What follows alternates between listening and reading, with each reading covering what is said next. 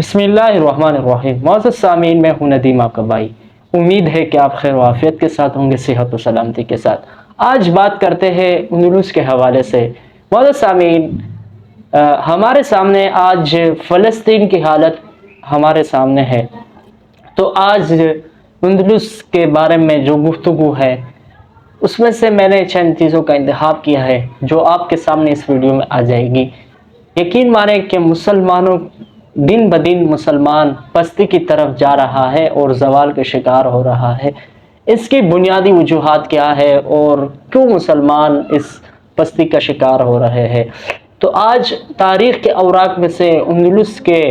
مسلمانوں نے جہاں 800 سال حکمرانی کی تاریخ میں وہاں جو مسلمانوں کی ناکامی کے جو وجوہات بتائیے یا مسلمان وہاں کیوں ناکام ہوئے، تو آج اس حوالے سے میں نے چند چیزیں انتخاب کی ہے، وہ اس ویڈیو میں آپ کے سامنے آ جائے گی۔ ویڈیو کو اینڈ تک دیکھیں، انشاءاللہ آپ کو اس سے بہت فائدہ ہوگا اور فلسطین کے حوالے سے اور اسی طرح تاریخ کے حوالے سے آپ کو فائدہ حاصل ہوگا۔ اندلس کہ جہاں کے ساحل پر مشہور اسلامی جنرل طارق بن زیاد نے کشتیاں جلا ڈالی، وہ اندلس کہ جہاں پر 800 سال مسلمانوں نے شان و شوکت کے ساتھ حکمرانی کی، وہ اندلس کہ جہاں کے قرطبہ مسجد آج بھی مسلمانوں کی عظمت رفتہ پر آنسو بہا رہی ہے، وہ قرطبہ، وہ اندلس کہ جہاں کے باغات، جہاں کے نہریں، جہاں کی محل اور جہاں کی کوٹھیاں آج بھی اپنے آباد کرنے والوں کو یاد کر رہے ہیں۔ اندلس میں زوال کیوں آیا اور کب آیا، یہ کیوں ہوا؟ اندلس کی مسلمانوں کی پستی کے بارے میں مورخین نے لکھا ہے کہ ان کی زوال کی جو سب سے بڑی وجہ ہے کہ انہوں نے قرآن کو پشے پش ڈالا، اللہ رب العزت کے احکامات کو بھول گئے، قرآن کریم پر عمل کرنا انہوں نے چھوڑ دیا، جس کی وجہ سے ان کا زوال شروع ہو گیا۔ اور دوسری جو بڑی وجہ ذکر کی ہے مورخین نے، اور وہ یہ ہے کہ وہ فرقوں میں بٹک گئے، مختلف فرقوں میں پٹک گئے اور وہاں لوگ ایک دوسرے پر کفر کے فتوے لگانے لگے اور امت میں توڑ پیدا ہونے لگی، اور اندلس میں رہنے والے جو مسلمان تھے، جو شان و شوکت کے ساتھ اس اندلس پر حکمرانی کر رہے تھے، ان کے درمیان فرقہ بازی شروع ہو گئی اور ایک دوسرے کے خلاف فتوے لگانے لگے اور ان کے درمیان اسی طرح توڑ پیدا کر دی گئی۔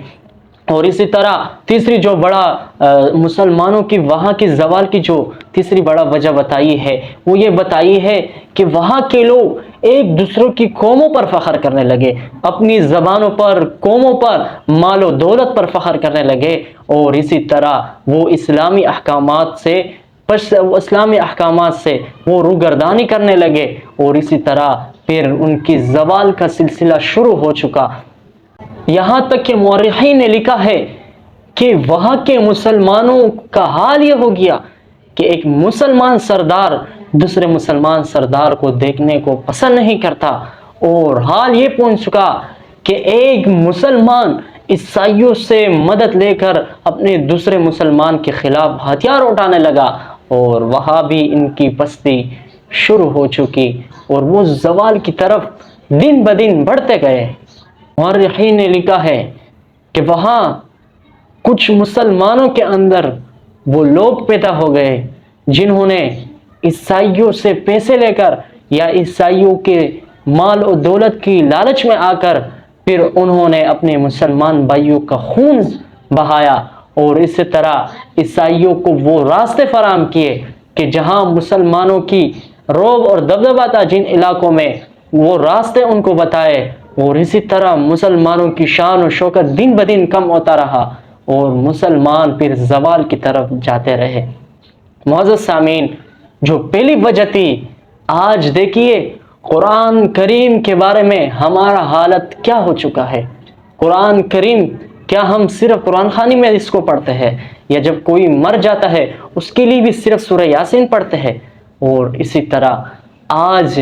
ہم قرآن مجید سے کیوں دور ہو گئے؟ آج ہم قرآن مجید کی تلاوت سے کیوں دور ہو گئے؟ آج ہمیں دنیاوی چیزوں میں وقت لگانے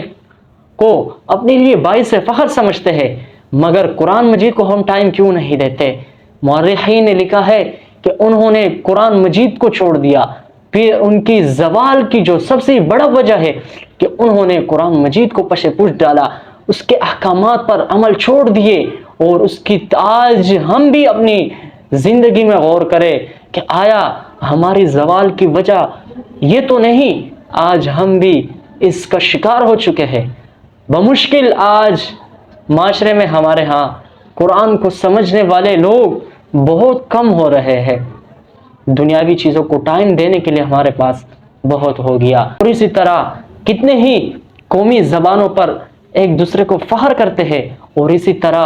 کتنے ہی ہمارے اندر وہ عادات آ چکے ہیں، وہ گندی عادتیں آ چکی ہیں، اور وہ فضولیات ہماری زندگی میں آ چکی ہے کہ جس کی وجہ سے اندلس کے مسلمان جہاں 800 سال تک انہوں نے شان و شوکت کے ساتھ انہوں نے وہاں حکمرانوں کی، تو ان کو کس طریقے سے پست کر دیا۔ آج اندلس کی حالت کو دیکھ کر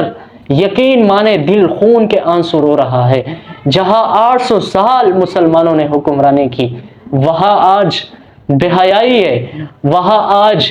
داڑھی والے کو پسند نہیں کرتا، وہاں آج قرآن مجید کی تلاوت کرنے پر وہاں آپ کو ڈر محسوس ہوتا ہے، وہ مسلمانوں کا نام و نشان تک باقی نہیں رہا۔ ہم سامعین امید کرتا ہوں کہ آج کی یہ گفتگو آپ کو پسند آئی ہوگی۔ معزز سامعین، درد دل تھی یہ آج آپ کے سامنے پیش کر دی۔